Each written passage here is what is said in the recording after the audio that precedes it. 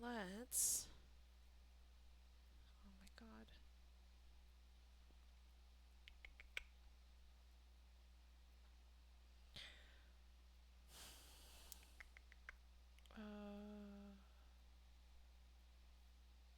Okay, I'll do that later. Okay, let's get crack-a-lackin'.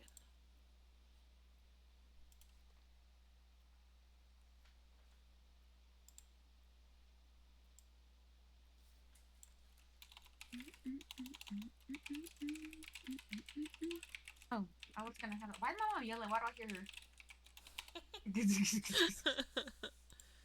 Girl, why are you screaming? Why are you screaming? Open up the script so I Okay, don't I have think we anything. are live. Hell yeah. Oh shoot. Oh, hold up. Cool. Let me open up my little Twitchy Twitch. Oh yeah, it says live now. Awesome.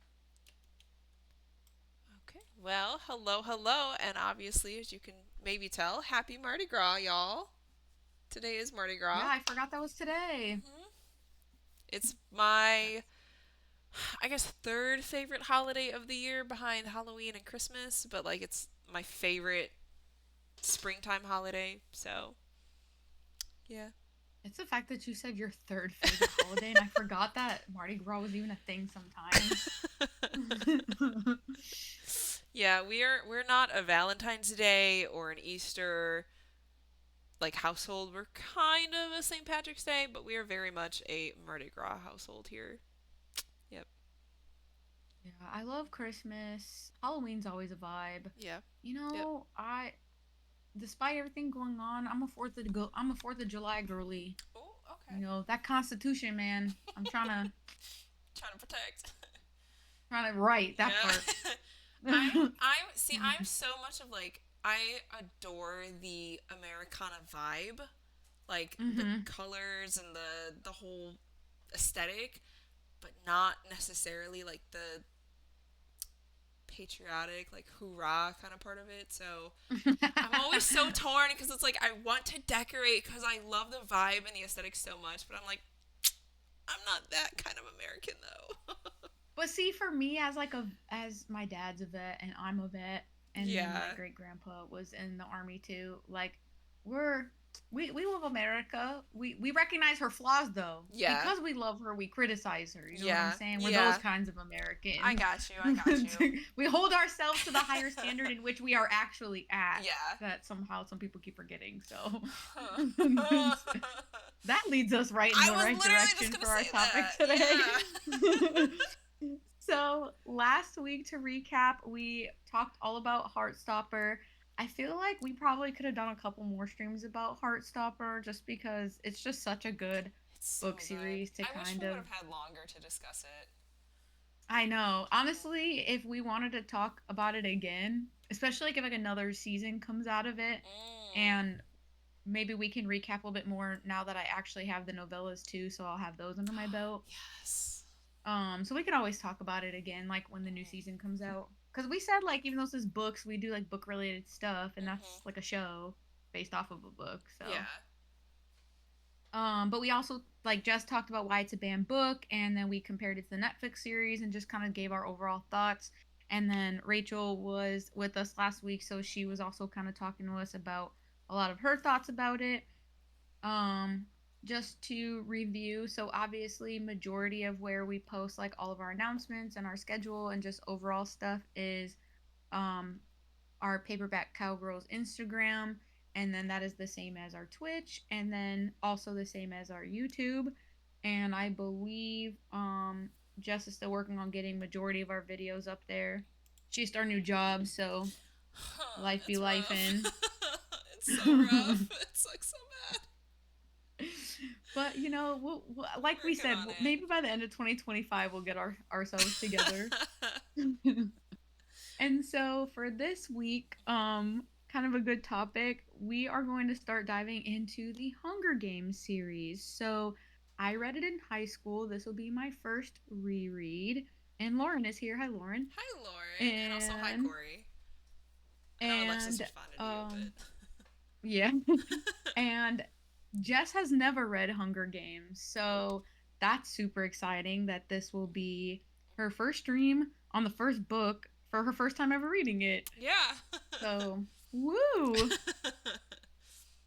We're also going to cover each book throughout the series. So we will finish with Sunrise on the Reaping, which will be the newest released book. It comes out on the 18th of March. And we will probably be doing the stream the first week of April, so it'll give everybody a couple of weeks plus us to get to that point. Mhm. So I have actually not ever read the Sunrise, no, the Ballad of the Songbirds and Snakes. I haven't read that That one. one. And then, of course, obviously, none of us have read Sunrise on the Reaping. So I've only ever read like the original trilogy. Um, but yeah, so our schedule is on our Instagram, Paperback Cowgirls. So if you want to read with us, you could just follow along with our schedule. I think we have it posted all the way to April, like early We April. should, yeah. So you guys should be right on track. And then we have our Fable app, which is also the Paperback Cowgirls book club. And maybe we can get that link on here I'll work instead on of the it. TikTok one, since neither of us have We don't TikTok have TikTok anymore. anymore. Bye. Um, so then that way, as people find us, they can join as well. So I think we're about four members, not including Jess. She'll be number five I'm working on it. when she signs up. But yeah, so we're slowly but surely kind of finding our rhythm, seeing what we want to do, seeing how we want to expand, and all that kind of stuff. So yeah. Yeah. Corey, to answer your question, yes. We are doing one stream per book. So next week will be Catching Fire. The following week is Mockingjay. Following week is Ballad of Songbirds and Snakes, and then the first week in April, whatever that Thursday is, will be the newest one, The Sunrise on the Reaping. So yeah, And to answer your question, we're usually pretty big about doing like to further on that or to expand. expand on that, I guess. We're usually pretty good about if the book is like heavier or bigger, we try to dedicate just a stream to it rather than doing like a whole series. So like the only reason why we ended up expanding in Heartstopper was because obviously we ended up finishing them and they're so short. Mhm. But like fantasy stuff, and I think even like some of the other books we did more than one stream on. So Well, if we end up needing to shift anything anywhere because one ends up being longer and we mhm. feel like we should only do half versus the whole thing, then Yeah. we'll do that too. I think both Slewfoot we cut in half. The pairing I think we did in a 3 week span. Mm-hmm. The fourth wing series, I personally feel like we could have slash should have expanded because doing a book a week was crazy to Yeah, it me. definitely was. It But definitely was. mhm. Why is my volume thing on my computer not popping up? That's strange. But yeah, That's weird. What the heck?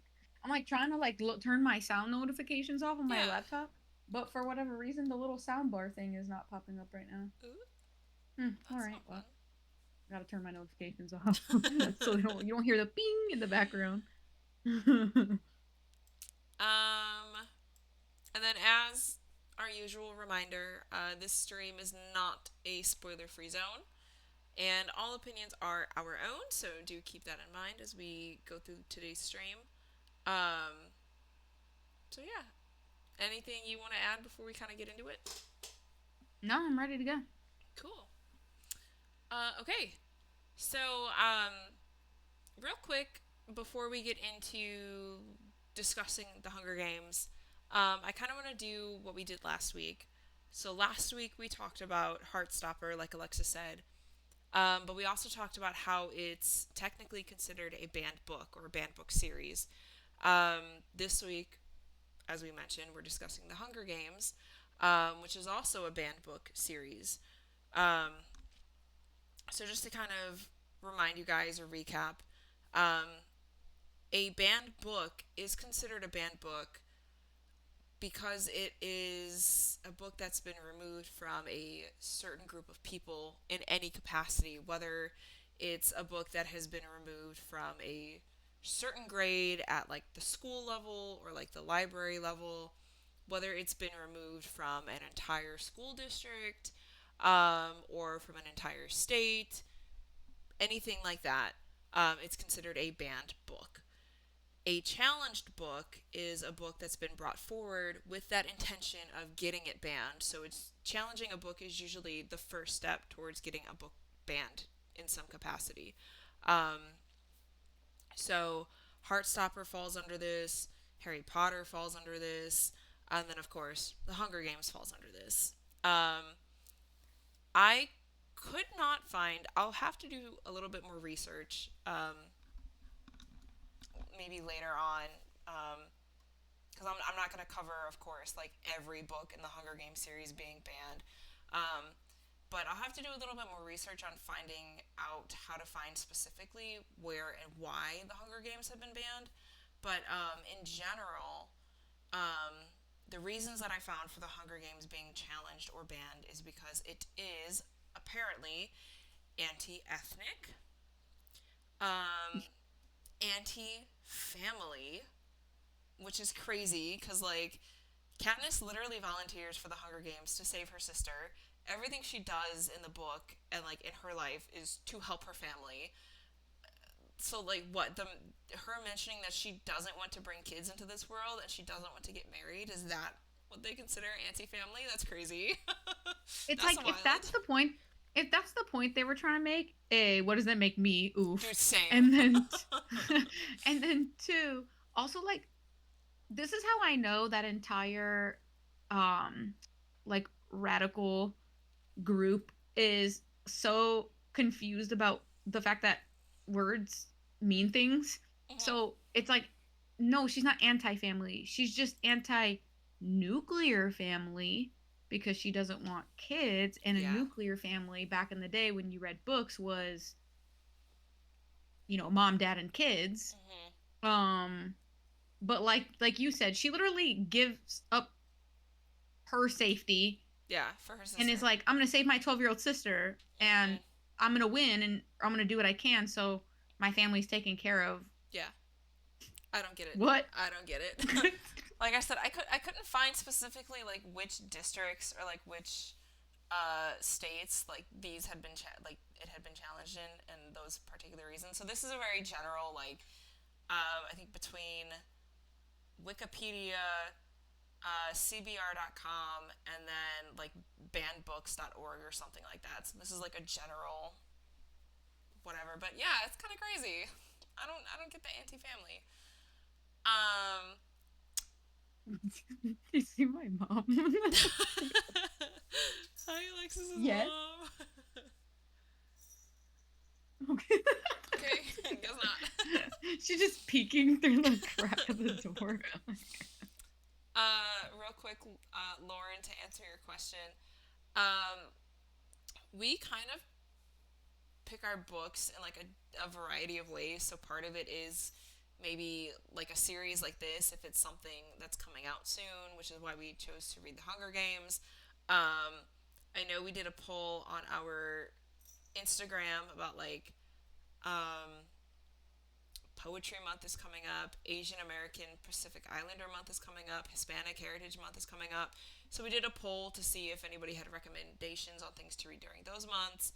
Um, so it's a combination of like things that we want to read and then recommendations or suggestions from like our audience, I guess. So I would so be down to read To Kill a Mockingbird, if that would be something that you'd want us to discuss. We've talked about wanting to do a series on different banned books and kind of going into that. Obviously, that's a banned book, so we'll do it if you want us to do it for sure.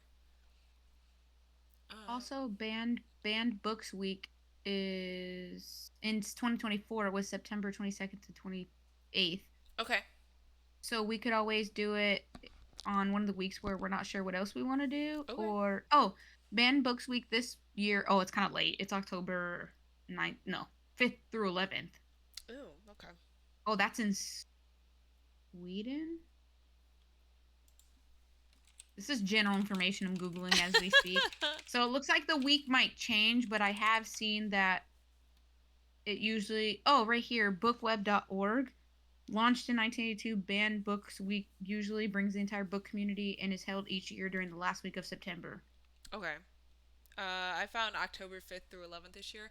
We'll do some research and we'll definitely like, you know, toss some ideas back and forth But we can for definitely that. always read it sooner too. I'd be Yeah, down for that. That'd be absolutely. fine. Yeah. And then Um, maybe if we read throughout the year more than one that's categorized as a banned book throughout the year, maybe we we can can like talk recap. about that during the stream during Yeah. like banned book week. Yeah, that'd be Yeah. cool. That's a Yeah. good idea, Lauren. Um, okay, going back into like specifically Hunger Games. It has also been banned for insensitivity, offensive language, um, occult slash satanic themes. I don't get it. At least in the first book, there's no sort of religious aspect whatsoever, so that's kind of crazy. And then violence, which that does make sense. It has outside of the U.S. I also found that it has been banned in Vietnam and Thailand. Um, and then in 2020, the ALA, the American Library Association, released their list of top 100 most challenged books of the 2010 to 2019 decade, and The Hunger Games came in at number 12 Wow. throughout the decade out of 100 books most challenged. That's kind of crazy. You know what Um, I want to know? I'm curious. Where does Mein Kampf end up on that list? Because you can technically read that here. It's banned in Europe, but you can read it mm, here, I think. Um, in comparison to Hunger Games. let me see. Because I don't think Mein Kampf is banned here.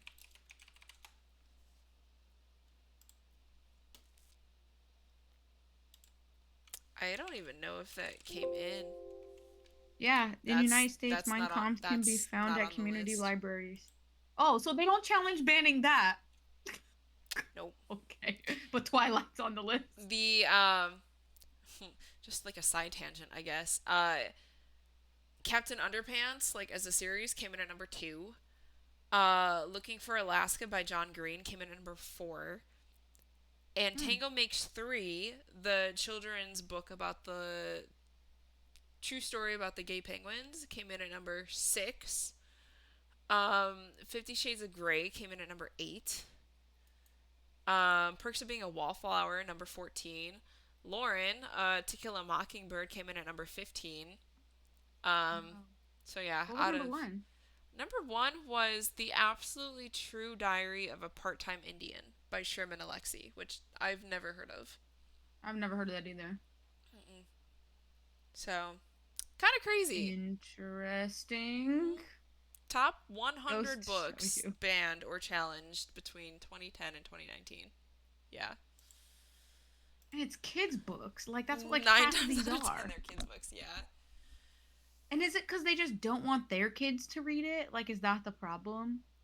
There's I've mentioned her, but Reads with Rachel does a lot to bring awareness to like banned or challenged books.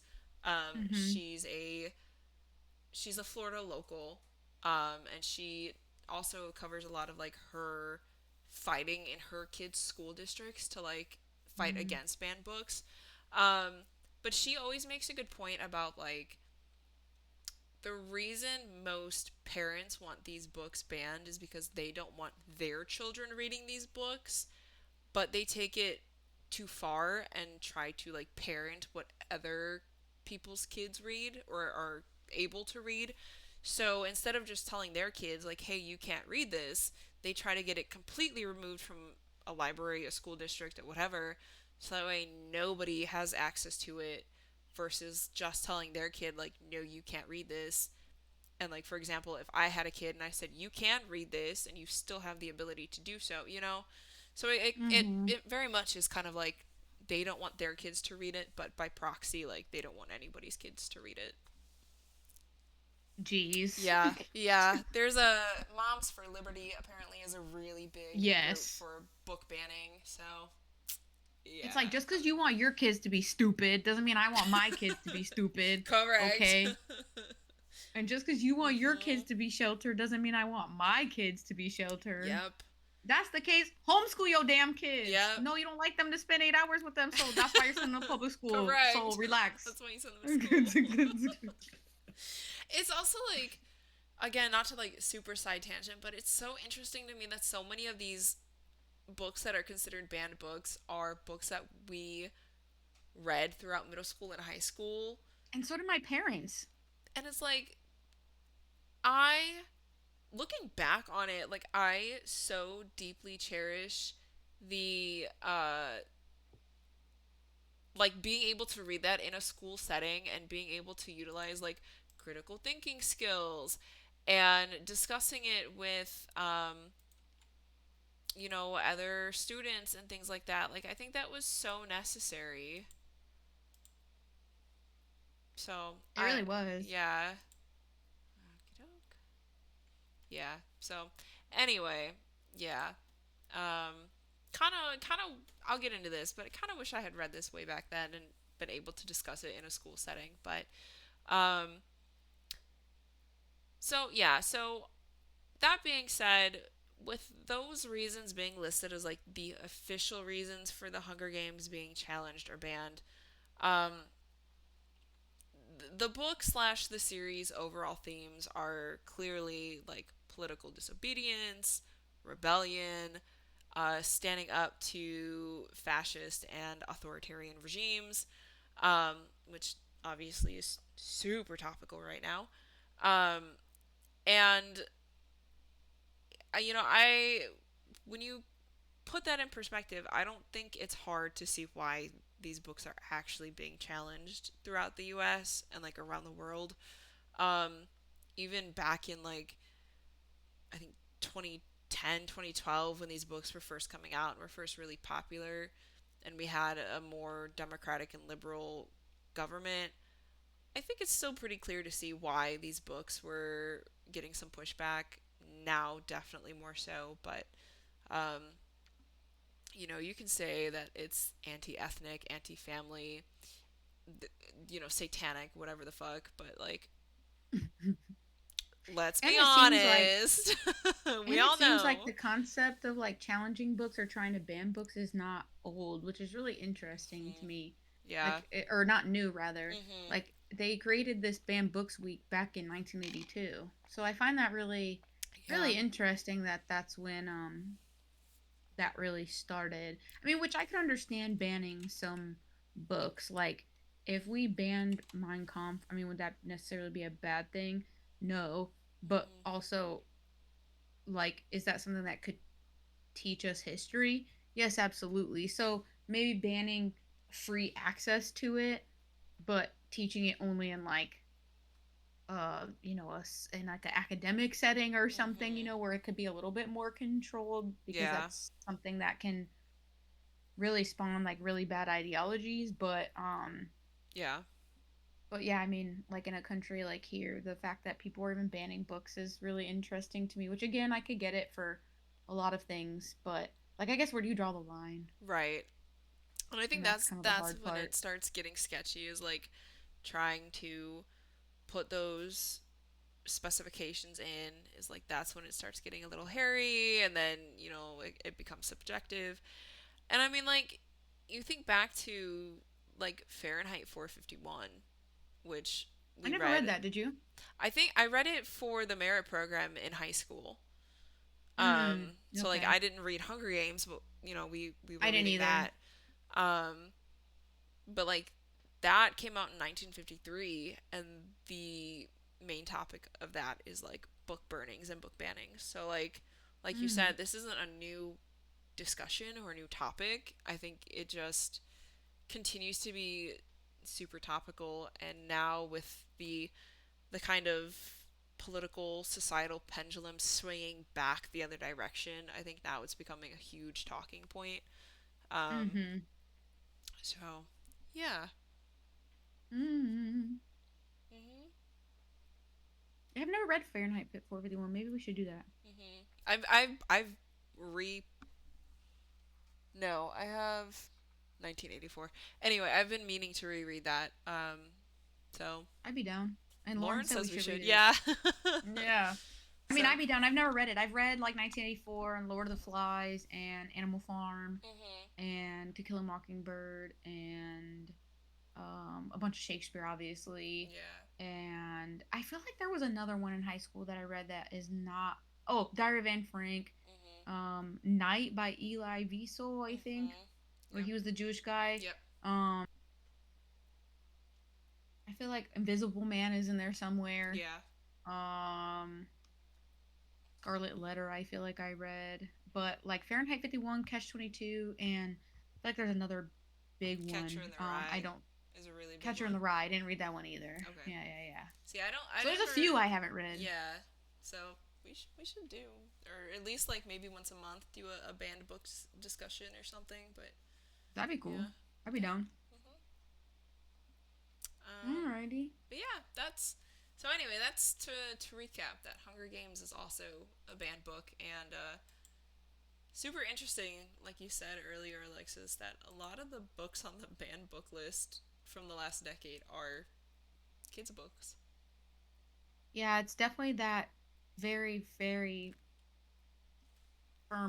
firmly planted seed Mhm. that teachers who are literally professionals to teach your kids, the trust is being Yeah. swayed away from them. Mhm. Um, Yeah. like, listen, I love my family, but I would not have wanted to sit here 8 hours a day and have my dad yelling at me and that I Yeah. needed to figure out this dang math. Like, no, thank you. Yeah. Like, and even my mom and dad would have to like read the chapter because school had changed from when they were in Yeah. school, and they're not professional teachers. Yeah. So does that mean every teacher that becomes a teacher is a good one? No, but They're there for a usually when reason. they're bad teachers, yeah, usually when they're bad teachers is because when they're so smart that it's hard for them to teach because they forget that like Mhm. they don't know how to dumb it down to your level. Yeah. Yeah. I mean I know bad teachers. I mean there's bad everything, but like for the most part, I don't think any of my teachers were that bad. So Yeah. turned out all right. Doing okay, I guess. But to get Anyway. into the Hunger Games, so it came out in 2008. So depending on what month it came out, me and Jessica were either finishing up seventh grade or starting eighth grade. And it is a dystopian young adult novel by the American writer Suzanne Collins. She wrote it in the perspective of 16-year-old Katniss Everdeen, who lives in the future post-apocalyptic nation of Panem in America, North America, essentially what used to be the United States for the most part. The capital, which is the highly advanced metropolis, exercises political control over the rest of the nation by the Hunger Games. The Hunger Games is an annual event in which one boy and one girl aged 12 to 18 from each of the 12 districts, formerly 13, surrounding the capital are selected by a lottery to compete in a televised battle royale to death.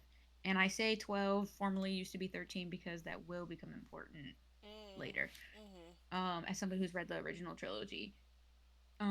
So yeah, so that's basically what it's about. Obviously, we all know that Katniss Everdeen, especially like in pop culture when these became movies, is known for like the braid in her hair, which is Mhm. from the book. Um, the one of the classic quote unquote like love triangles of the time, Mhm. and Katniss, stuff Gale, like that. Peeta. So yeah, Mhm. so pretty pretty well known at this point since the book came out. I think like '08 into maybe like '09 or 2010, and then I don't remember when the last one came out. And then the movies were coming out pretty much right after that. So they got picked up and turned into movies pretty quick, and they got really popular Mhm. fairly quickly too. Yeah. And like I, as we said, like I have never read them. I don't even think I've seen all of the movies all of the way through, but like I know enough between pop culture and what I've seen of the movies to know the basic gist of each book and like the series and things like that. Um, but it was super interesting to get like the actual. details from the book, compared to like just what I know of the series or of the movies. Mhm. Yeah, I mean, I've seen all the movies, read all the books minus the well, actually I lied. I seen four, The Hunger Games, Catching Fire, Breaking no, Breaking Dawn. Breaking Mockingjay. Mockingjay, right? That's what the third one's called. Yeah, yeah. Mockingjay. Yeah, part 1 and part 2. And then I have not seen the Ballad of Songbirds and Snakes because I haven't read that one yet, and I Mhm. don't like to watch the movies until I've read the book.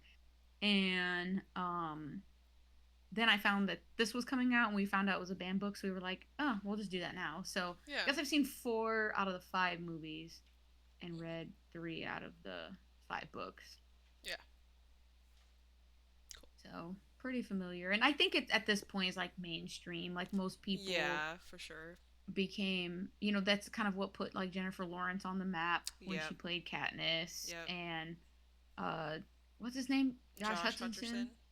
Yeah, he had like kind of made a comeback after being in a few kids movies. Like he Mhm. was in Bridget Terabithia, and then he was in what was that movie about the Z- board game? Z- Zadartha, Zathara. I think It's that's got yeah, Kristen I think Stewart you're in it. Something with a Z. yes. I know what you're talking so that about. kind of put so that kind of put Josh Lauren would know. Hutcherson like back on the map for a little while until he fell up. Zathura. Zathura, that was it. Thank you. Yeah. And then of course he was in a bunch of like the Journey to movies or whatever. And then he kind of fell off for a little while and was like in random stuff here and there. He was in And the then he Five kind Nights of at Freddy's movie. got picked back up when he was in the Five Mhm. Nights of Freddy. Yeah. It actually Mhm. wasn't too bad. I watched that Oh, it was like so a few months good. ago, I think. It was so good. Yeah. As a I FNAF don't know a lot fan, about it the was video so game good. though. Okay. Yeah, I don't know a lot about that video Yeah. games. I don't like horror video games, but yeah, so that Yeah. was like a lot of them. And then we saw like a lot of people kind of make like I think like Lenny Kravitz was in the movie. Um oh man, who else? Who else was like pretty big in the first one? Oh, Elizabeth Banks. She She played Mhm. the host chick. What's her name? Effie Trinket. Effie. Woody And Harrelson, I then think, was Woodrow Haymitch. Harrison, he plays Haymitch. Yep. And then Stanley Um. Tucci played Caesar, the host. Yes. Um, Oh my God. Liam Hemsworth is Gale. Mhm. Um, I'm trying to remember who else was really like. Oh, Alexander Ludwig playing somebody from I think like District One, and then Donald Sutherland plays Thank President you. That Snow. was it. Yeah. And then I believe as far as anyone major, I know Philip Seymour Hoffman played somebody, but I can't remember who. Like maybe one of the training people Okay. or like Capitol people. All the other tributes and stuff were not really major until I think Catching Fire when they bring like all the old winners back, Mhm. which is like a whole other thing that they talk about. And then I can't remember who played the mom. I don't know if that was Julianne Moore or if that was somebody else because I feel like Julianne Moore was in this movie. But yeah, so that's like the main cast to note if you were like, who was in that again? Or like, I think I've seen it before. Jack That's what it Quaid was was. in that movie. That's crazy. I don't remember who he played. Julianne Moore was the mom. Oh, okay. Okay, that's Mhm. what I thought. Mhm. And that movie came out in 2012. So about, Okay. what, 4 years after the book came out? Yeah. And then nobody else really crazy. Jack Quaid is now played Marvel. I don't know who that is in the book, but he's I don't either. currently in The Boys. He was just in Companion. He's Dennis Quaid's son. Oh, is So, that who that is? I was like, yeah. Quaid is not a big last name, so I Mhm. was trying to associate it to somebody. That makes Yeah, he's sense. Dennis Quaid's son. Does not follow his father's Mhm. politics. So, yeah. oh Just yeah, I putting that out forgot that there. was Yeah, to that's a note thing. as of lately. That's a thing. Anyway, um, so I, as much as I wanted to like read the book, I just could not make that work with my schedule. So I listened to it through like the audiobook. Um, I I I don't want to say like I enjoyed it, but like not in like a ooh this is really good kind of way, you know? Because like obviously the story, the theme, and all of that is really heavy. So I don't want to be like oh this was such a good book, but it was a really good book. Um, I kept wanting to pick it back up. I listened to it on my way to work and on my way home. I listened to it around the house. Um, and like I said, like I never had to read it in middle school or high school for my classes. Um, and for whatever reason, I just like never reached for it during that time either, despite it being super popular. But I can see why it was and still is as popular as it is. And I think like I mean like I read Divergent and I read I think the Ugly series and a few other of those like dystopian political style series around that age. Mm-hmm. And I think had I read this, it would have resonated really well with me. But that being said, it also still resonates really well reading this for the first time at 30 years old. Um, I don't know if it's just because, like I said, it's super topical right now. Mm-hmm. But yeah, yeah, I really enjoyed it. Yeah, that's good. I know that Hmm. you're kind of coming off of the Fourth Wing series, and Yeah. Heartstopper kind of got you back on track. So I'm glad that this one is enjoyable so Yeah. far. I Heartstopper haven't. very much like Fourth Wing put me into a bit of a reading slump, and then Heartstopper immediately broke that. And then Hunger Games, thankfully, has like kind of continued that trend of like, oh, I like this. I want to continue to read this. So, Yeah, yeah, I'm right there with you. I'm right yeah. there with you. Yeah, so this was my first reread, so I can definitely agree with what Jess is saying that like reading it with the perspective of reading it as a teenager. Hmm. Reading it as a teenager and reading it now, I feel like I have a deep appreciation both from both times. um I feel like those memes that are like what radicalized you, Yeah. all the dystopian books I Yeah. read as a teenager. Like this is why they want it banned. Correct. It makes you care about people. Correct. That's crazy. So I feel like what reading it then and like almost being thankful, like wow, thank God we live in a place where there's these like checks and balances and things like that would never happen here. And like, Maybe reading it in 2012, that might have been the case. and I'm like, and so I remember thinking a lot of those things, and I Hmm. remember being like, wow, I couldn't imagine a world where things like that were happening, which is really ironic because now being 30 and it being 2025 and being in the military, I'm like, oh, it was happening, just not the same way. We were just Correct. going to war instead. Yeah, it's fine. So it's like, okay. Hmm. Um, just a different kind of battle royale, I guess. Yeah. So Check on your it's American friends. We definitely, are not okay. yeah, right, that part. So it's like I definitely think, but I still feel like a sense of gratefulness that like I mean, in countries where things are way more unstable, things like this could happen because in the instability, that allows like a lot of different types of wannabe leaders Hmm. to kind of step up to the challenge, which even to foreshadow, we kind of see in between like Catching Fire and especially in Mockingjay, which is the third one. So that's really kind of like something that'll come into play a little bit more is that even as you dismantle bad leaders and these rebellions come up, like what is the potential of the rebellion even forming in another bad leader, which is where you see in Hmm. countries where again it's a lot more unstable, Yeah. like kind of the trend of like what the hell, we were like backing up this rebellion and they start doing weird stuff, and it's like because power does a lot of crazy stuff to people, Yeah. power and greed and just Hmm. that fear and the Hmm.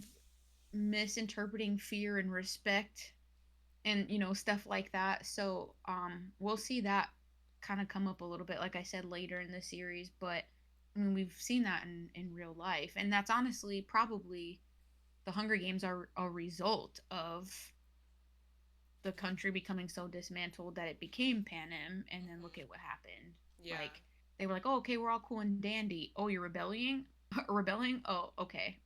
You thought Mhm. Hunger Games. What? Yeah. Like you just reestablished another country in North America as Mhm. Panem, and then now it's like, nope, not allowed to criticize Hunger Games. We're gonna send Yeah. two of your kids from each district to die, and it's like, Yeah. what? So it just goes to show you, um, like how things can change very quickly, um, especially when we learn the history later about how there was 13 districts. Okay. Um, so yeah, I didn't finish it this time around because surprise, Life. Life happened. life. But I plan on finishing it literally probably tonight because again I've read it before. It's a young Mhm. adult book. It's like a It's lot pretty to easy. try to comprehend as being somebody that's older. So if you would want to read this with your kids, like if you're watching this now or if you're watching this on YouTube or something, and you want to read it with like your middle school or high school kids, it wouldn't be very hard for Mhm. them to read with you. Mhm. It obviously wouldn't be very hard for you at all, unless you got some issues reading, which that's fine. Take Mhm. your time, Mhm. digest as you need. Yeah. We encourage all abilities here. Um, but as a teenager, I remember picking up on a lot of these things, and then I feel like I'm just kind of picking on the in between the lines a little bit more now being older. Yeah.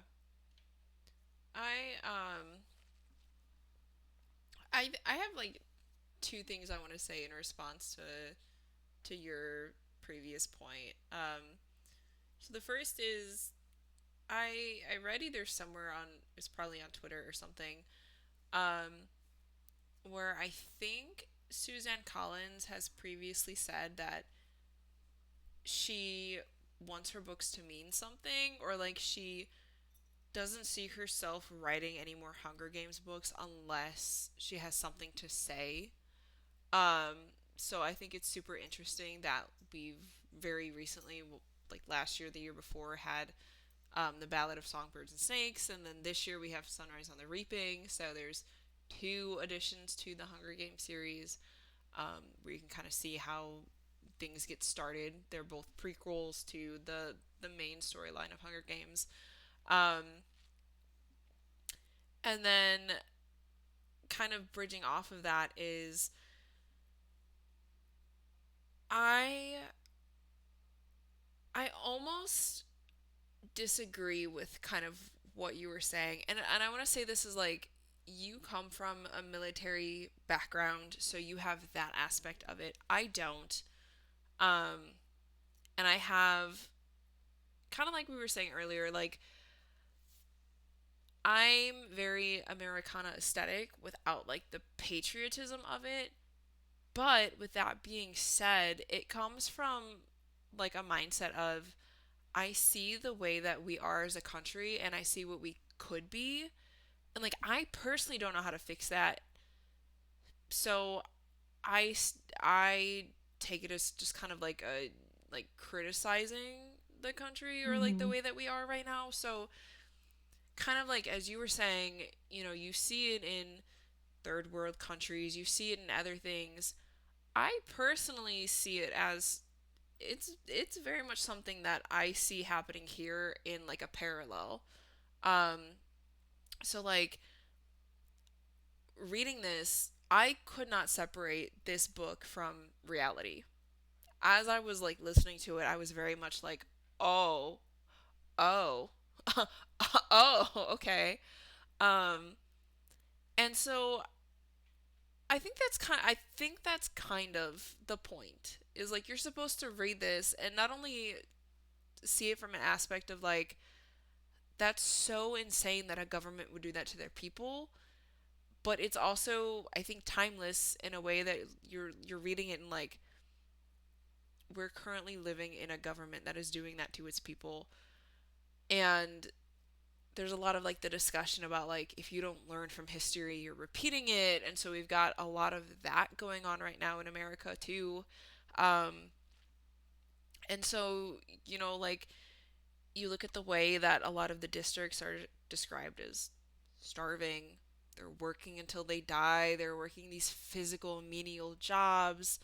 Um, they're doing anything and everything that they can to survive. They're getting no recognition. They're getting no help.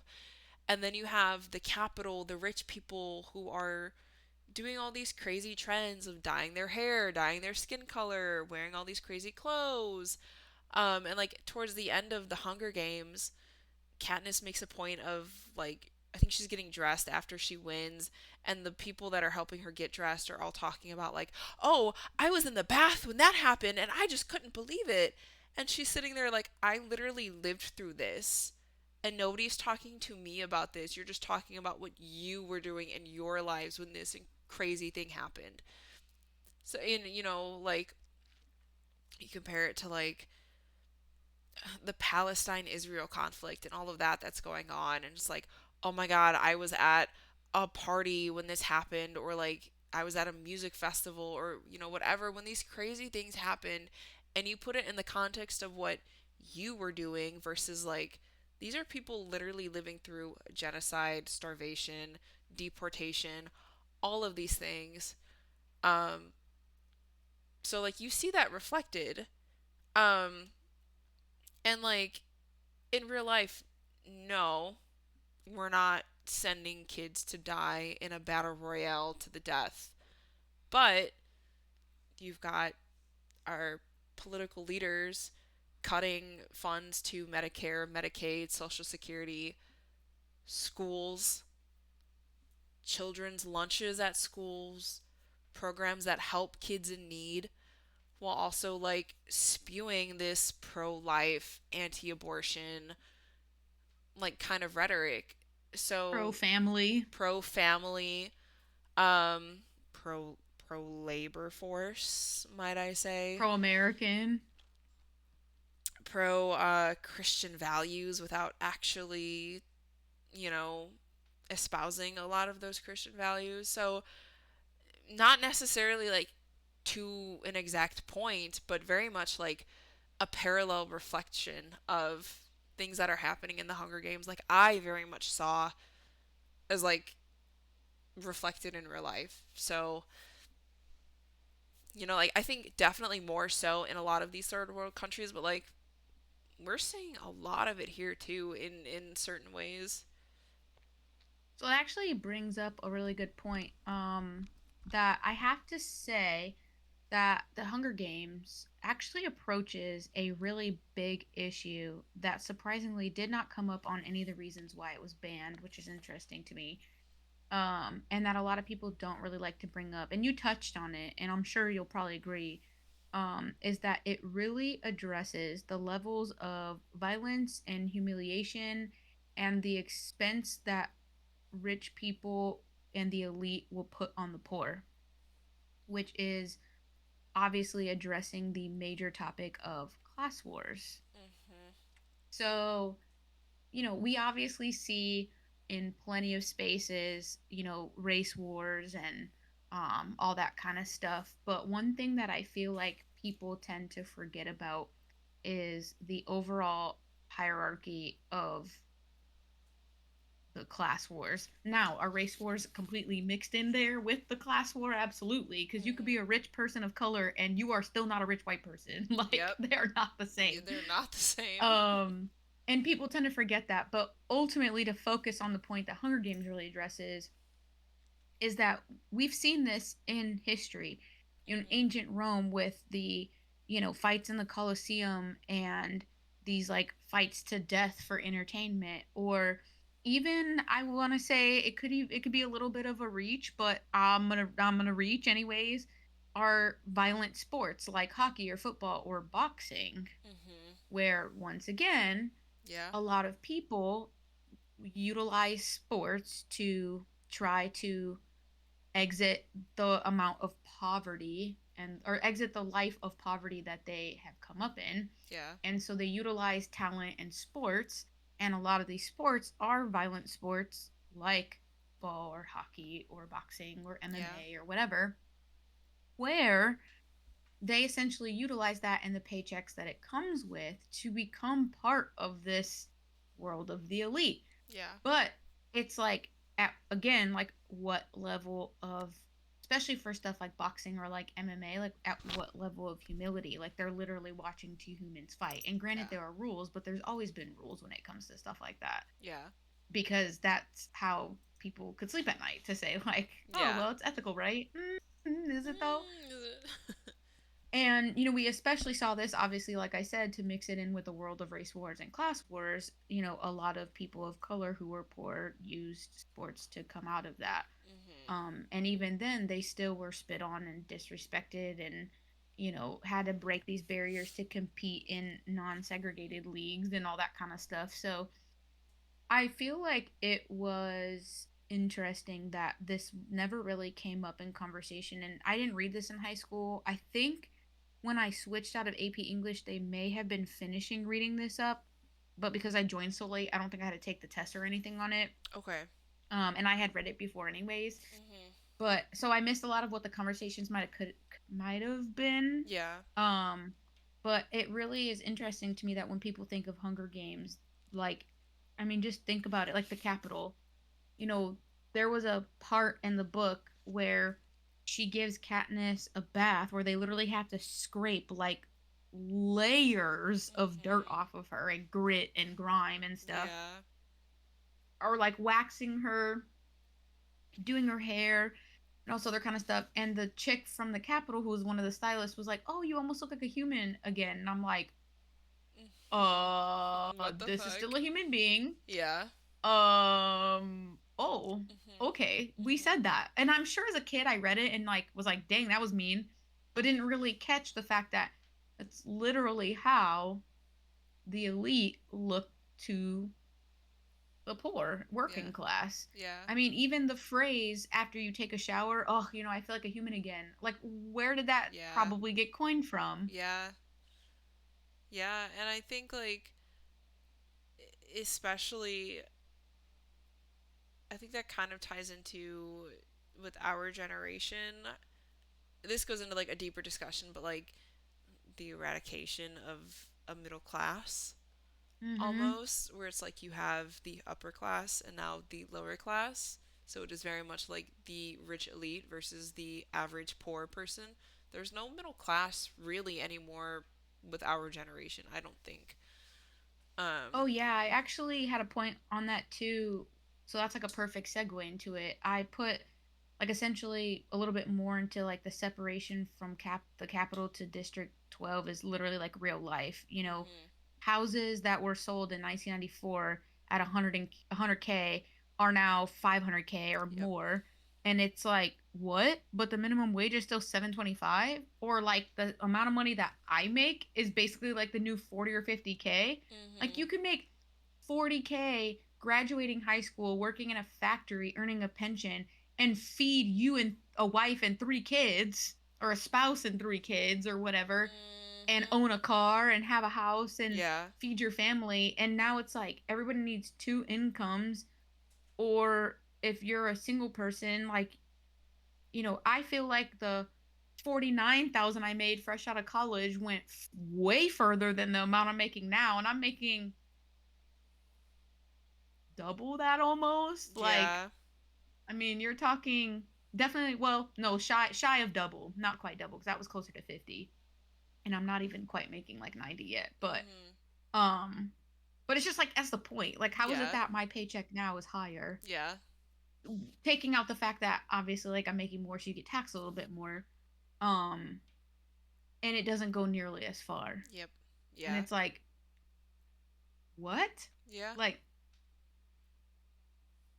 I it like, and then like the concept with like the trends, like dyeing their skin or dyeing their hair or doing these funky crazy things to like Mhm. stand out. And it's like, literally, I don't watch the Oscars. I used to watch all that growing up, like the Oscars, the Academy Awards, the Met Gala, like all that kind of stuff. I literally can't watch it. It feels like I'm watching like dystopian in real life. Like It's literally the you're Capitol. We just had the you're literally doing Oscars, and you had a room full of yeah. people making millions of dollars dressed in these $1 million gowns and outfits. And some of them are ugly as hell. Yeah, yes. But it's Like like we have people that can't afford groceries. They're cutting back food stamps, and then you're sitting here in millions of dollars worth of outfits and accessories and jewelry and all this shit. It's literally the and capital. don't get me wrong, a lot about reading The Seven Husbands of Evelyn Hugo really makes you think about how much of Hollywood is honestly just a show. Mhm. Like, do they Mhm. really have that much money? Maybe not.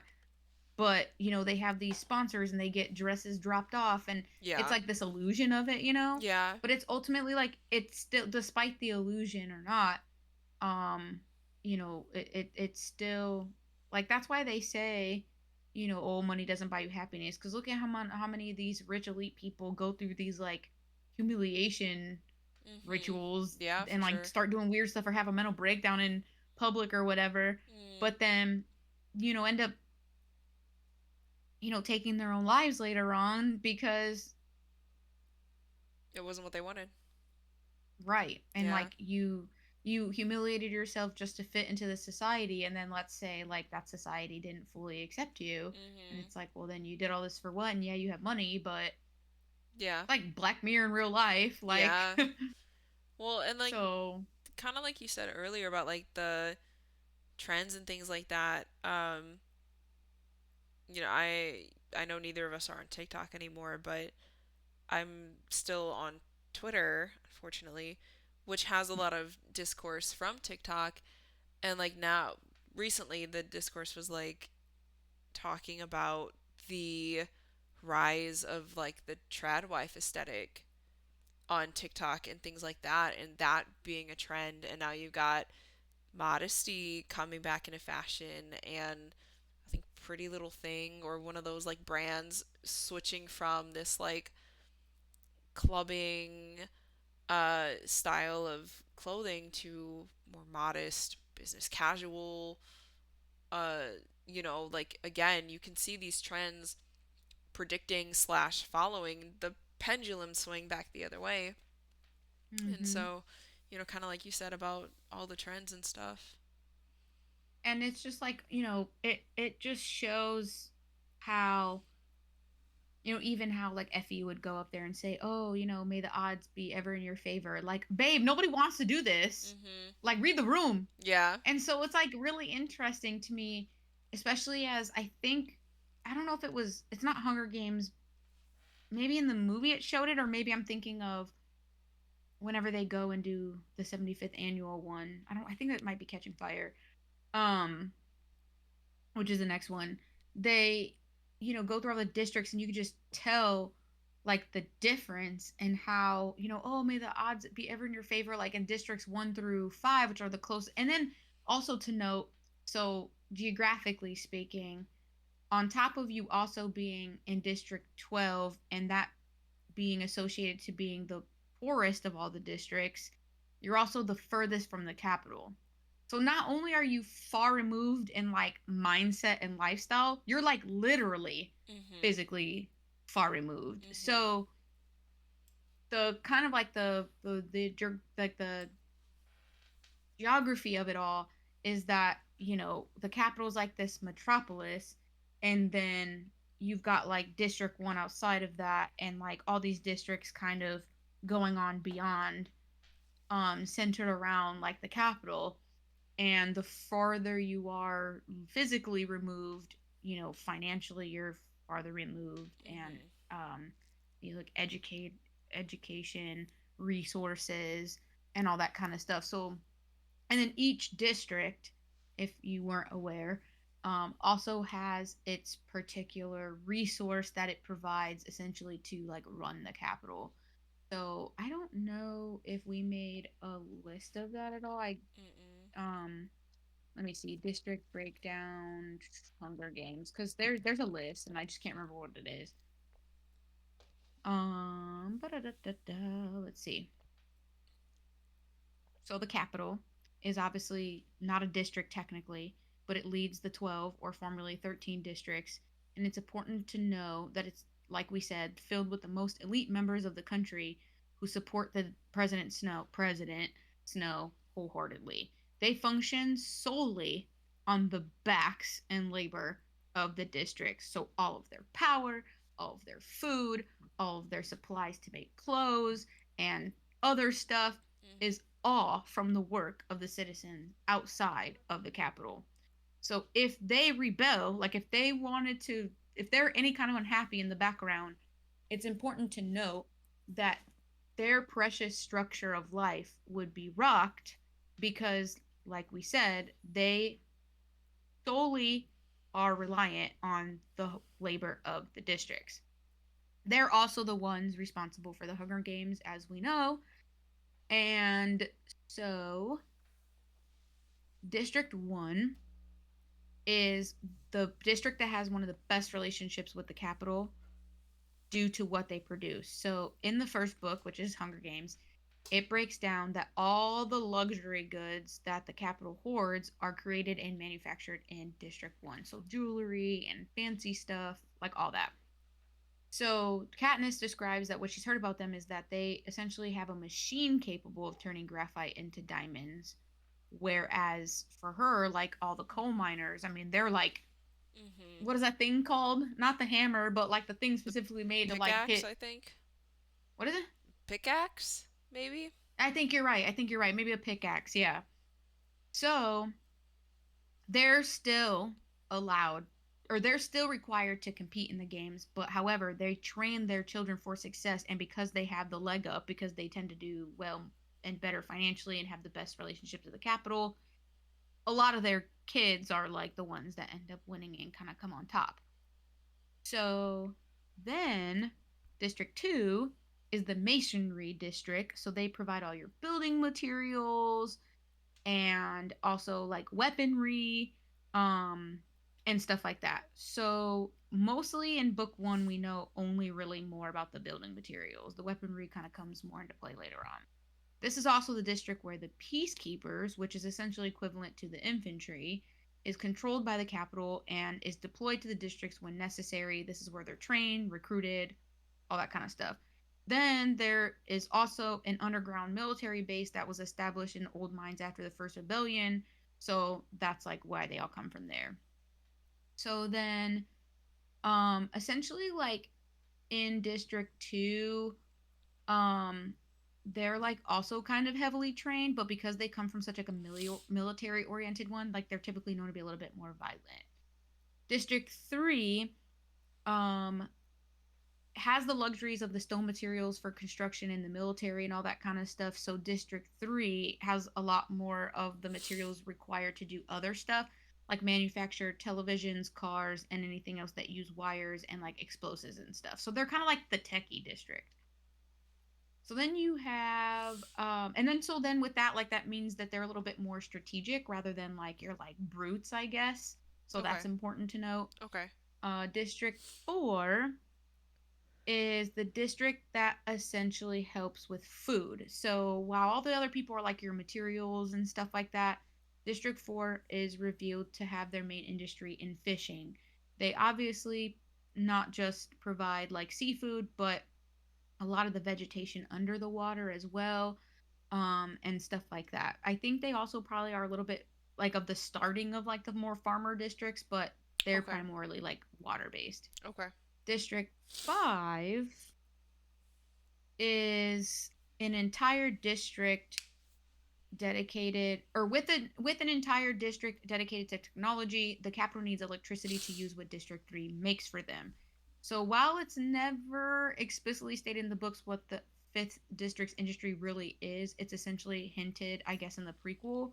And then I think it's referenced across the series that essentially it's the power grid. Okay. um so they probably do like a lot of like hydroelectric dams and Mhm. like other power resourcing for Mhm. electric problem or electric stuff. District 6 was a little bit trickier. So per this article, it said it's never technically set out right in the original trilogy, but overall, it's essentially described to as the makers of trains and hovercrafts. So they're probably relying on trade with a lot of the other stuff from the first five districts to kind of do what they need to do. District 7 is the district that provides lumber and paper products for Pan Am. And it says the country never forgets it either because during the opening ceremonies and the district's tributes are always dressed as trees. Mm, And essentially a lot of investors from the capital have money riding on the industry, so it's like a very big thing. Um Essentially they're not trained, so now you're starting to get to the more like detached parts of the districts because now we're at 7 out of the original 13. So mm, they're not trained in the same way that a lot of like districts 1 through 1 and 2 or even like 1 through 6 could be, but they usually have a lot of skills because they know how to work axes and other deadly weapons simply just because of the fact that they have to cut down trees for lumber and make paper and all that kind of stuff. mm, um District 8 is where essentially not really ever sure of what they're made, but they're wearing peacekeeper uniforms even though they're not part of the military, so I'm assuming they're probably like the textile district. I think that's like what's assumed. Have like a lot of the factories, so they probably provide just like a lot of support with providing stuff. District 9 is another big food supplier district, so they grow a lot of like your grain and wheat and all that kind of stuff. So they're definitely more of like the farmers of the districts. District 10 is essentially the district that's dedicated to raising all the livestock. Katniss notes them and refers to their tributes as livestock keepers and catching fire.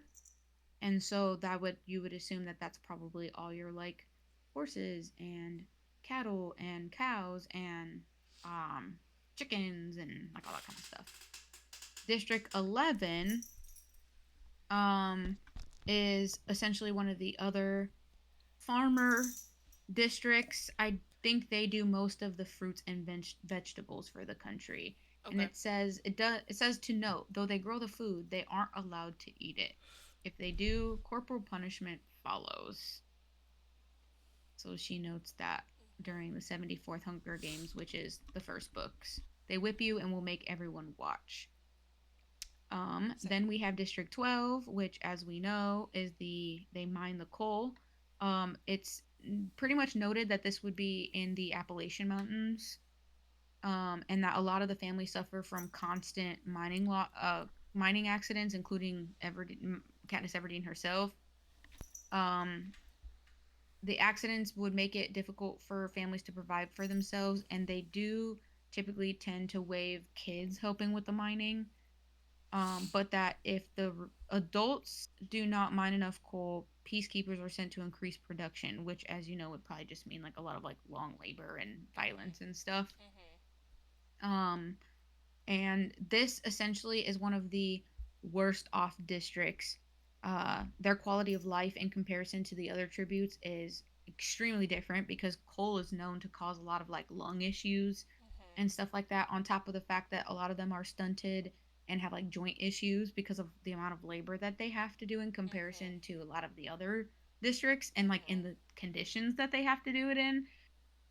They have only 4 winners over 75 years, um, to include Lucy Gray Baird, which I believe is from Ballad of the Ballad Songbird of and Snakes. Songbirds and Snakes, Mm-hmm. Haymitch, and then Katniss and Peta. And they're also the only district to have 2 winners from the same games. And then apparently they will eventually try to shift their industry, but that is different. So then District 13 was one of the originals, um, and they're known for their graphite mining. But like District 2, they also have another secret industry. So like District 2 has like the secret military stuff and everything else, right? That was them. Um, District 13 will eventually show that like they had another one.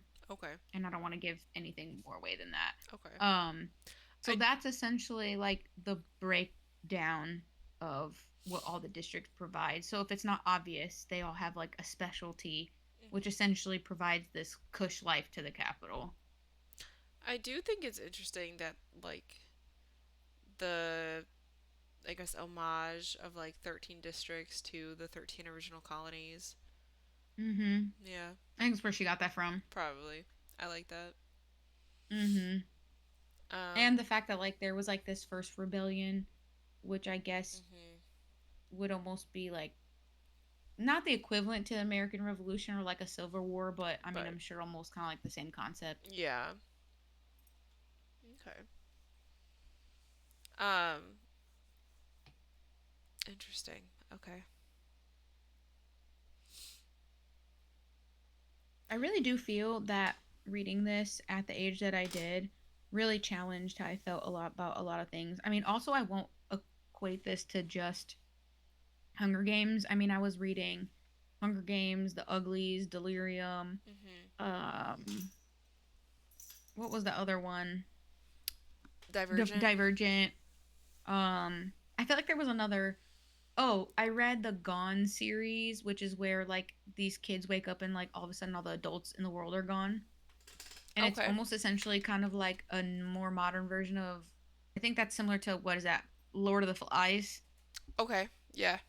Um, and so I was reading a lot of dystopian books growing up, Mhm. and so, but I think that made me realize like how you don't know what's happening in the shit, Yeah. like if you're not forcefully trying to make yourself aware, if you just rely on like, oh well, these things won't change, or Mhm. oh like we'll figure it out, or Oh, you we don't have checks and criticize balances. things or reflect on things and like all this other kind of stuff, then you run into like with the capital getting too cush and like Yeah. being too spoiled and not realizing like if you don't pop your bubble every once in a while and like humble yourself Yeah. and take in kind of what's happening, how quickly things will turn overnight. I mean, Hitler took 50 something days to dismantle the entire German democracy after Mhm. being fairly elected. And then even like in Handmaid's Tale, which I haven't read or seen, but I know enough about it, that like one of the first things that she talks about is, they didn't do this overnight. Yeah. At first we thought it was just this. Yeah. And then we just thought it would be this. And then we just thought it would be this. Mhm. I think And like especially hmm, living through what we're living through right now. I remember like in history class in school of like learning about we'll say specifically like World War II and Nazism and things like that of like, oh, that's so crazy. Why didn't anybody do anything? how did people let this happen? That's my favorite What were question. these people doing?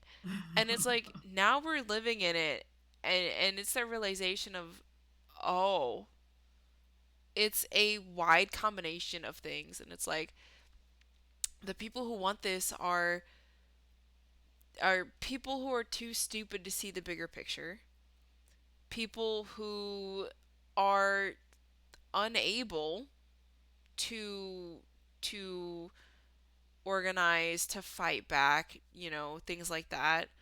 Um or not literally just not realizing until you're in the middle of it. Yeah, and it's a bad combination of things, and we're literally living through it now, and I cannot wait until like the future generations are reading this and like, why didn't anybody do anything? It's Or my like favorite argument is, well, that I didn't think that it would affect me. yeah. Why? What Why? makes you freaking special? Mhm. Nothing. Nothing. Nothing makes you You're special. not special. So what do you mean you didn't think that was going to happen to Mhm. you? Mhm. Yeah. Are you part of like the like elite 3 families that run the entire world or whatever it Right, is? right. No. So, unless you find out tomorrow you're a distant relative, you are not You're special. affected. Yeah. Yeah. I don't know. And it's really interesting to see. I'm trying like in my brain to not get confused what happens in this one versus the other two. Yeah.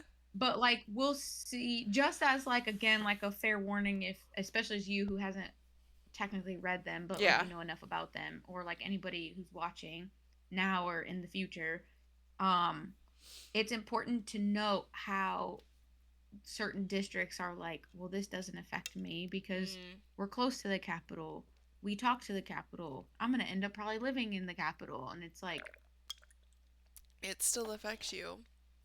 it affects you because you're one of the groups that you're just not sitting in there. Like these people in the capital don't work. Like that's like the whole main point, is Mhm. that these people in this elite society of, or part of this society in the city of the capital, like they're not working. Their Mhm. life is literally waking up, finding random trends to participate in, eating and drinking and partying, Mhm. and then planning the Hunger Games, and then the only work that they do is working for the Hunger Games. Yeah. And then, not to say that being a stylist or anything like that is not work, but like how often are they doing that Mhm. outside of the Hunger Games is Yeah. also like the other question. And then, like, if you work in the capital, are you still technically below the people who aren't working in the capital?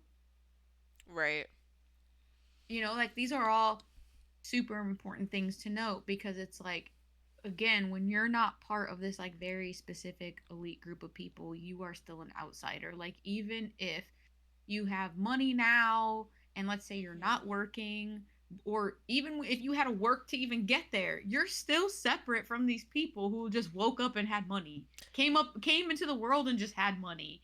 And I think it's super relevant of like you see a lot of discussions of or at least I guess like a repeated discussion I see is um people always vote like they will be the next billionaires, but the Mm-hmm. reality is 99% of people are like one or two missed paychecks away from being completely homeless. And it's Which like, is so ironic to me, because like statistically speaking, the people who vote more, um generalization red, I guess, mhm, are ironically usually in some of the poorest areas yeah, of the country. yeah, And it's like, so why? Oh, yeah, well, like for example, like not to get super political, but anybody who says Hunger Games is not political is silly. It's your crazy. opinion if you think that, but it's silly, Mhm, personally. mhm, And um, so for example, the people who were walking around, oh, so are you working right now? No, I'm on welfare and I get Medicaid and blah blah blah whatever. Okay, so who'd you vote for? Trump. Why? Well, Trump said he was gonna make my groceries and my gas cheaper. Okay, but how though? Didn't he also say he was cutting Medicaid? Doesn't that impact you? Well, no, I'm talking about my groceries. No, but now I'm talking about your health care and your paycheck and your disability check, which literally will be the money single that you issue use to go get voters. groceries. And it's like they like hyper focus on these one thing. So like Mhm, we see that even kind of in a lot of Katniss's personality of, she sees things as more complex, yeah, and a lot of these other tributes that she comes across, they're very like, oh well, if I survive these games, like I'm good, I don't have to do it again. mhm, And it's like, but why are you not fighting to have nobody ever do this again? yeah, yeah, yeah, So it's very much so is like, oh well, I survived it, mhm, so like why can't everybody else?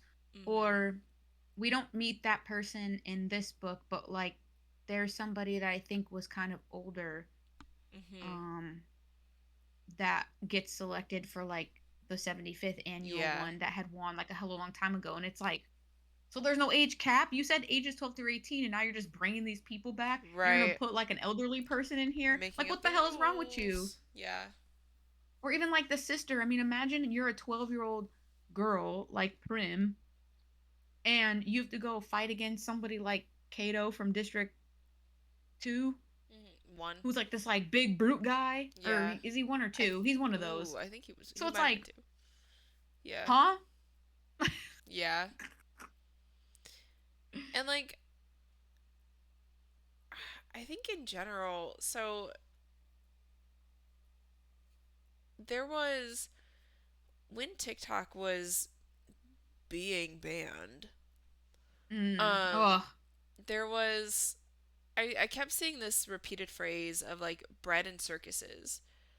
And it was everybody talking about how if you take away the circus, the distractions, the TikTok, the social media, the things that kept people glued to their phones, to their couches, to their houses, and you took away their bread, financial security, groceries, food, things like that, what's left? right. And I think the Hunger Games is a prime example of that too, of like, you know, everybody like in the upper districts, it's kind of seen as this um honor, and then in the lower districts it's very much like a fear for your life kind of moment. But either way, everybody in every district is tuning into this every year as this happens, whether you're in District 1 or the capital and you're well fed and you have all this entertainment, or you're in District 12 and you're starving and you're fighting for your life. Um, and whether you're 12 to 18 in that age gap, or you're older and don't think it affects you, when you take everything away, what is left to keep people occupied and quiet? And Mm-hmm. you know kind of again, you can see like the reflections of things that were being given to keep us distracted and to keep us complacent and to keep us arguing online, Mm-hmm. versus like actually doing something that will actually make a change, or actually protesting or whatever. um and so you kind of see that too. And then again, you have like the generational gaps of, like you were saying, that older contestant who comes back for the 75th, who doesn't think she'd be affected anymore. In real life, you have these boomers, and we'll even say older millennials, who don't think any of this affects them. And then, surprise, you're affected. Right, right. Or, because you have the resources to help take care of your kid, with extra needs and stuff. And Mhm. it's like you don't think that you're affected, and then surprise, surprise, like you actually are, Yeah. because certain acts and things passed, they codify a lot of things Mhm. that people don't realize. So like people who work on Medicare and Medicaid, oh, yeah, we're finally getting rid of Obamacare. Obamacare is the Affordable Health Care Act. What does that Mhm. mean? That's Medicare and Medicaid and more funding for it, because it made it like a law to have health insurance, but with that it allowed everybody to have the ability to have health insurance. Right. No, but Obamacare, I'm talking about something else. No, it's the No, same it's the same thing. thing. It's the same thing. Yes. Or even like things that you wouldn't expect, like all of the federal layoffs, and will like very specifically like the national parks. And I've seen a lot of posts circulating of like, oh, my daughter voted for Trump and she's a national parks employee and now she's getting laid off, and can somebody help? President Trump, can you help? And it's like, why did you think you were special? Yep. They don't know you. They And don't care about you. and You could and also what's be in the really Hunger Games. fascinating, right? And what's really fascinating to me, yeah, exactly. They don't care Mhm. until it directly bothers them.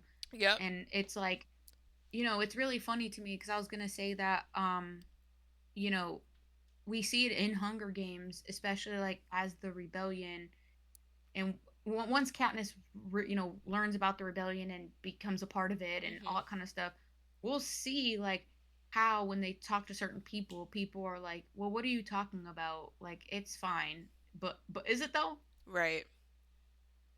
But is it But though? is it? Like, are But you is it? sure? Mhm. Like, Mhm. and how these people from different districts across the board, like, they all recognize this like cog in the machine that they're right is it cog in the machine? Yeah, yeah, yeah. Yeah. That they're like a part of, in that like wheel, Mhm. and they realize like, wow, if we rebel, that impacts these people, and then that wakes their eyes up Yeah. of like how precious this all is, and that resources are not being shared the same. Mhm. Because how is it that we provide the food, but we don't even get any of it Yeah. to eat? Yeah. What do you mean? Yeah. Like Rue talks about that about District 11 and how like they harvest the grains and the things like that, and they're literally like hung or flogged or whatever if they eat any of that. Or like PETA is like, yeah, we sell the bread, but we were lucky if we got any of the leftover stale stuff at the end of the day. And I think that's a big thing that like even we can tie in from when we were doing Fourth Wing, Yeah. because it's like they had the protection of the wards. So all these Mhm. kids, like even the cadets at the school or other people within the Navarre, they're like, oh well, we're in the wards. Yeah, for right now.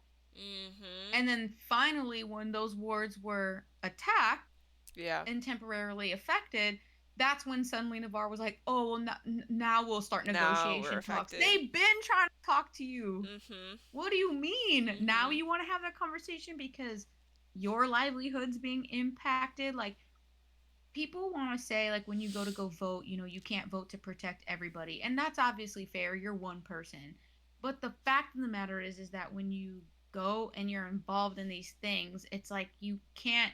Yes, you can't take the problems of the world because you'll drive yourself insane, and my dad has to tell me that all the time. But like, Yeah. you have to at least go and vote for the specific things that, even if it's not you, if it ever became you, you know that you voted in favor of things. So then that way, if it ever became you, that's there Yeah. for you. Yeah. So, like, yeah, I'm not handicapped right now, but why would I not vote in favor of handicapped people?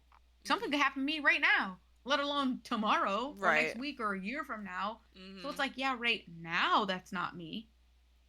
But it Who's could to be. say it couldn't be me? And I think And so I like think that that's really fascinating. And the Hunger Games situation is obviously very similar. It's not yeah. me right now, so why do I care? Mhm. And I think like the reality of that too is like we said, like the average person is a lot closer to that than becoming a top 1% billionaire overnight. So, yeah. Mm-hmm. And like you said, it's just really fascinating that these people, like, it was so funny that like all these memes were like, listen, it does not matter who you vote for. You were broke yesterday, and you're probably gonna be broke Yeah. tomorrow. Broke yesterday, And broke like it today, was kind broke of making fun of tomorrow. these people, but ultimately it was like it was true. It was like it does not matter who you're voting for. You are not going to be a billionaire tomorrow Mhm. unless you vote in favor of resources that will help you get out of poverty. Yeah. You going to You're stay not. in it. Mhm. Yeah. Yeah. So it's like to vote against, public education. Why? That Yeah. is probably one of your mainstream tickets out of poverty, is to educate yourself so you get a better job. Obviously Mhm. not guaranteed, as we all learned as the millennials who were like Go to pushed and pushed by our college. Get a parents. degree in Go to college, you'll anything. make You'll more be money than your fine. fam, like your Bitch, what, I'm you and your mom broke. and I. I don't have a job in my degree. I'm broke. That part. So it's like Uh, it's just interesting to me how much, like you said, it can correlate. And I really do I would like die on that hill that one of the biggest things that Hunger Games approaches is like class wars. yeah. And that just has always existed. Yeah. Like always. Yeah. Always, always, always. The rich Mhm. and the poor. And that's why America was such a good thing, because we had this thing called the middle class where like you were comfortable, so you weren't poor, but you weren't so comfortable that you were rich. Right. You were able to And survive and, afford some luxury or, you know, unnecessary but desired items, and you were good. And that, I think, has been eradicated within like a couple of generations. mhm. Mhm. Yeah. And like I hate it here. it's Yeah, right. It's so interesting. And obviously we're very early on in the series, so a lot of what I want to say I can't say yet, Mhm. but eventually like we'll see a little bit more into discussing like Catching Fire and Mockingjay where, you know, power and greed, man. Mhm. It switches up Yeah. people. And that's why it's crazy that like despite this country's issues, we thankfully at least had a steadfast amount of people that like got the country started, and obviously not unproblematic because it is, Mhm. but for the people who were already living here, Yeah. um but the start to this country as a whole. Imagine if George Washington was like, actually I want to keep being president. I know we wrote this whole thing called the Constitution that was Mhm. like, hey, 2 terms only. And I don't even think 2 terms only was even a thing yet. No. But it was like this natural agreement that like nobody needs to stay in power too long because that's when things start to go wrong. Mhm. And they kept up with that until it had to get put in the Constitution because finally at one point somebody they were like, hmm? I want to And then I think say FDR yeah. with the World War, they were like, we're still gonna hold an election actually, guys. Yeah. Yeah, it was FDR. Mm-hmm. Yeah, which makes sense because that was the first circumstance in which a fair election to be held every 4 years was kind of like, do we even have people to like vote? Because you're talking like non-electric, and Yeah. how do you get a ballot out to people fighting the war and so many people were Right. dying and all that kind of stuff. How do you keep up Which with the also, census and fun fact, voting operations in the military was actually not all that easy. They actually tended to make it very difficult for you to be able to vote, being somebody in the military. So that's why like things like the absentee ballots, I mhm. think, like became a thing That no, to that help people on tracks. deployment. That Mm-hmm. tracks. Yeah. Mm-hmm. Mhm. Yep. So Yeah, fun fact. that tracks. And actually, postal operations are really more of like a uh, not like a newer concept because obviously soldiers have always gotten mail, but um, better regulated and like better provided as far as like after like World War II, not just for the concept of like letters and packages and stuff, but like tracking people and their statuses and where Mm. they are, which is important to like what I do in the Yeah. army, and then like supplies and equipment and stuff. Mhm. But yeah, so like Cool. before you, if especially like if you were also stationed overseas, so after World War II, obviously we kept a lot of bases like in Europe, especially, Mhm. or like eventually in Korea, or yeah, Korea, Mhm. and if you were overseas, like and an election was happening here, it wasn't like super feasible to try to vote. So yeah, Yeah. now it's like a Makes whole sense. like regulation that like you're supposed to be like briefed periodically, especially in election years, Mhm. on like how to sign up for absentee ballots or like how to change your information so you can register where you're stationed at currently in the states and stuff. So yeah. Yeah. Yeah. Interesting. Mhm. So imagine like I'm assuming so what I'm understanding is even though he's called President Snow, he's just like in like this like regime, right? Like he like they're not holding elections, or are they holding elections but they're rigged elections? Yeah. Yeah. Yeah. I It can't could be. remember. Um. Let's I see. don't know if she touches on it in like I know Snow's mentioned a couple times in Hunger Games, and I don't remember if she meets him or not, but I know he becomes bigger in like the last few. Uh. Well, this says he ruled as a tyrannical president for more than 2 decades. He's a former Okay. peacekeeper, eventually an autocrat. Mm-hmm. Um,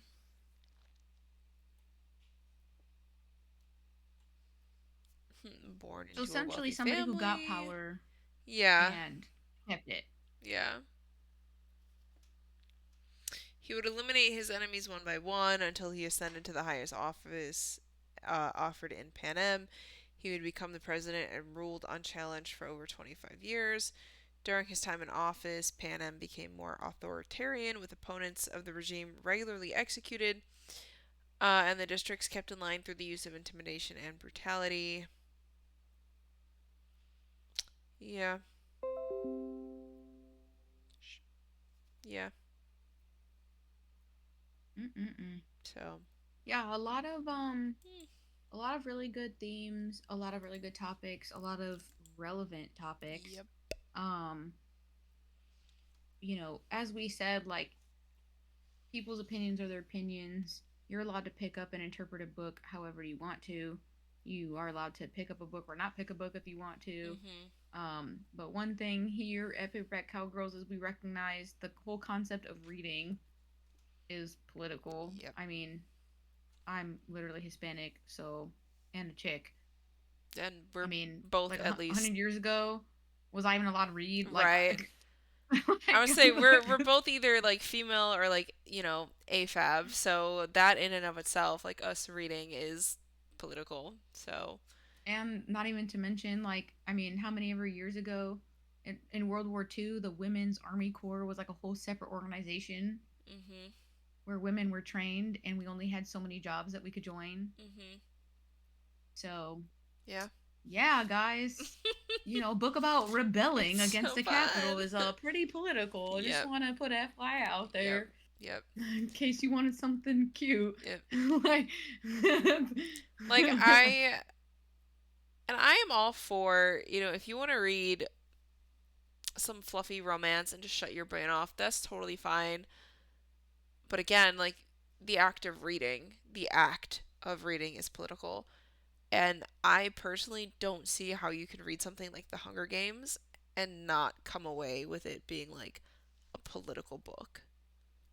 I mean, it's 100% a privilege thing. You're so used to living a lifestyle where you're allowed to read, and it was Yeah. never a question, and you were, forced to go through K through 12 and college if that's what you end up deciding. Mhm. So it's just this like concept of like, oh well, I read because I can, and there's like no cognitive dissonance after Mhm. that of like thinking about the depth of the fact that Yeah, not everybody decades has that. ago you weren't even sent to college, Mhm. allowed in college, let alone 100 years ago were you even allowed to be in a school at all, Yeah. and a Also, hundred like, years before that, like I mean, you can even circle it back around to now where it's like, yeah, we're allowed to read, but like critical thinking skills are so underdeveloped anymore with like students in school and like the rise of AI and all this other stuff. And it's like they might be picking up the Hunger Games, reading it and saying, oh, that was a good book, and then putting it down and just lottie no dying about afterthought. yeah, not a thought in their brain. It's like the people that watch Star Wars and are like, Star Wars isn't political. What the hell are you Brother, talking what? about? There's a whole rebellion. Like, Oh my damn god. near half the stuff on the freaking in social media or anything is like everything is Yes. political. Yeah. Like me having electricity in my house right now is political. Like Yeah. me having this drink that like hopefully isn't poisoning me is political. Like, okay, Yeah. like what do you mean? Oh man. Like me having fresh air that's not poisoning me is literally Yeah. me being in a house without lead and asbestos is Yeah. political.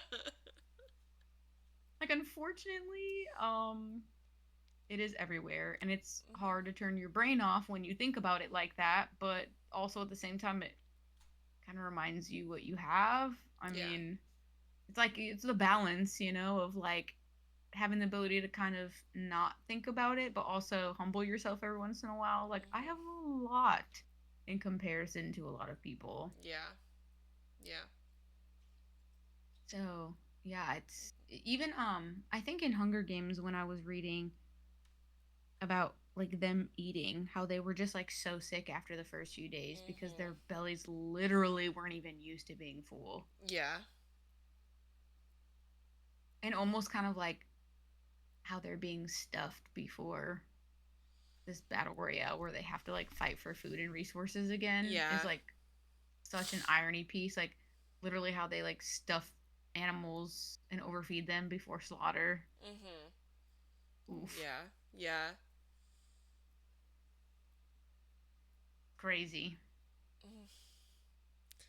And like I think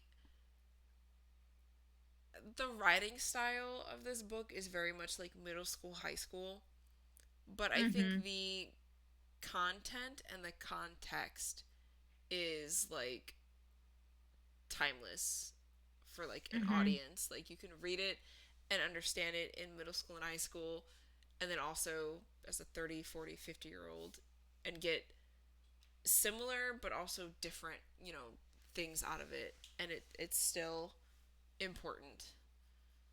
I'm not gonna lie, another thing that kind of came to my mind, speaking of that, is I guess the book could also probably be not just like for like the Nazi regime or like even now currently in the United States or the world as a whole. Almost also kind of like it's a piece in which I'm surprised it's being banned because it almost downs communism. Like communism on paper sounds amazing. It's when you start adding humans and like human error and greed and power and all this other kind of stuff into Mhm. communism that it usually doesn't actually work. Mhm. And so like this concept of, you know, everybody has like an equal responsibility to keep Panem, and you're like this very important cog in the machine that keeps everybody going and all this other stuff, and how they like think Mhm. that their general like wealth gap is like not obvious. Yeah. So like if you're in District 12 and you've been working in the mines and you couldn't go to school anymore, and you're told by somebody from the Capitol when they show up for the Hunger Games that District 1 through 12 are the same, Mhm. that's a lie. Yeah. But how are you going to know? Right. The only people that you're going to tell is if you're picked to go to the Hunger Games, because most Mhm. people probably aren't really like watching it unless they know somebody competing in it. Um, and or unless you're there Right. and you can like see the obvious gaps Mhm. in wealth and resources and stuff like that. And then it's also like, why are all your resources going to only the capital? Yeah. And how there's like this understanding even from these people who like are this weird blind sheep society of the government of Panem. Mhm. Are they being told every single district is equally provided the same resources, but then when they see it, it's like, is that not obvious that it's not true? Right. Like Katniss says they what only get like 2 to 3 hours of electricity a night. Mhm. Like, do you think District 1's only getting 2 to 3 hours of electricity a night? Right. Hell no. No. And even then, like by District 7, are they only getting 8 hours to help take down all these trees and process the paper, and then that's it? They don't even get it at night. Right. Like you literally don't know because the resources are just literally not being shared fairly. Right. So it's interesting. Yeah. Very, very interesting. Yeah. And I think super relevant, no matter what way you look at Yeah. it. I think that this was definitely a good book series to Yeah. start to talk about. I agree. And I'm excited to get more into it as we get into it. And I am excited to see like kind of how all this started Yeah. when we finally get to read the prequels. Yeah. I agree. Um, and I think that's a pretty good point to like wrap up on too. I think Um, so. so next week we're gonna discuss Catching Fire, which is gonna be the second book in the Hunger Games. Um, but next week we'll be streaming on Monday, March 10th, at our usual 6 p.m. Central, 7 p.m. Eastern. Uh, where in the world is Momo once again? I mean, I'm home today. You're home today, but you're on drill this week, and then you'll be out of town next week. Yeah. So we'll be on Monday next week, and then the week after that will be Mockingjay, and then that'll be on Thursday, March 20th. But Yeah. I'm Hey, and the good news is that Monday or starting the 20th, I think, and through like most of April, I think it we should be should be pretty pretty pretty regular. steady, like our regular day, and Yeah, I should be home. yeah. I'm excited. I'm excited to see how the rest of the series plays out. I'm excited. Especially because you said you haven't seen like all the movies. Not all the way through. So, Yeah. So there's still bits and pieces of them that I'm missing. And then like with you not having read Ballad of Songbirds and Snakes, so we'll be able to get into that one together, and then Sunrise on the hmm Reaping. So yeah, I'm excited. yeah, I'm pumped. Yeah, but I am pumped. It's gonna be a good well, time. yeah, I think so. And I'll be sharing all this on Fable, definitely in the Fable app if you're reading along in there like you can feel free, especially if you want to add comments like as you're reading through it in the Fable app, and it associates it to that chapter and stuff. Okay. So unless you click on it, I think it doesn't show it. And so you can also leave your rating, and I think it shows like what everybody rated the book and all that kind of stuff. So probably once I finish Hunger Games tonight, I'll go ahead tonight or early tomorrow. I'll go ahead and like end the Hunger Games one. I know I forgot to do that from last time because I was figuring out how to do it. My bad, y'all. But I'll go ahead and add Catching Fire as soon as I finish it. So Okay. if y'all want to go in and like add your comments today, so we can see them and like you can reply to people in it and stuff, and it's really cool. And then there's like an intro section that I think stays there, and that's where I have our Twitch link. And Okay. so you guys can be like, oh, hey, like I'm here and it's me and stuff like that. So it's pretty cool. I'm still, like I said, learning it, but we'll Yeah. learn it together. Yeah. So, Yeah. Cool. Well, all right. yeah. Thank you everybody for joining us today for our discussion of the Hunger Games. Hopefully we'll see y'all back next week for Catching Fire. Yeah. All righty. Have a good week and happy Mardi Bye. Gras. Bye. Yeah, happy Mardi Happy Gras. Mardi Gras. Bye, everyone.